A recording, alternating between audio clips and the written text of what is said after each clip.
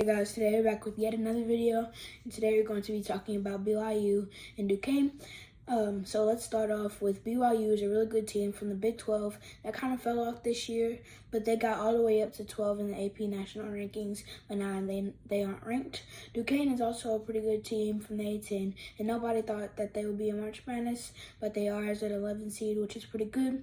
And Duquesne has really good guard play in Day Grant and Jimmy Clark, and they have really good defense.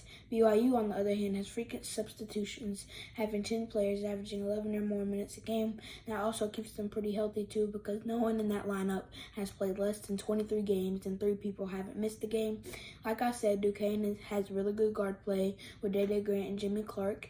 And Day is a really cool name, first off, and he's a really good player. He's averaging 16.7 points, 3.4 rebounds, 2.5 assists, and 1 steal, while shooting 39% from the field and 33.5% from 3.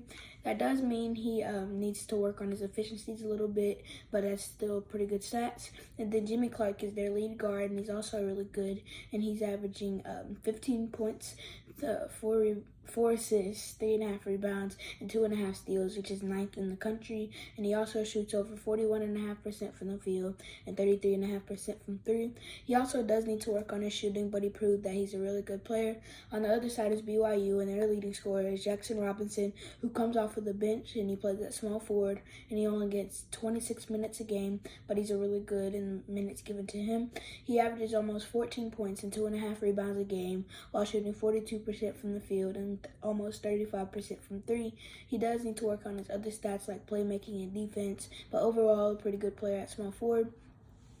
And BYU is a really good three-point shooting team on a lot of attempts, shooting the second most attempts in the country, but they aren't shooting as efficient as they want to be. They can catch fire and hit about 15 threes in the game, but Duquesne, on the other hand, doesn't have as powerful of an offense as BYU, but they do have a really good defense, like I said earlier, to prove that they're 28th in the country in points allowed, only allowing 66 a game, which is really good. And I think it'll be a tough matchup either way, but I think Duquesne has a chance of upsetting BYU. And besides, they're only expected to lose by 10.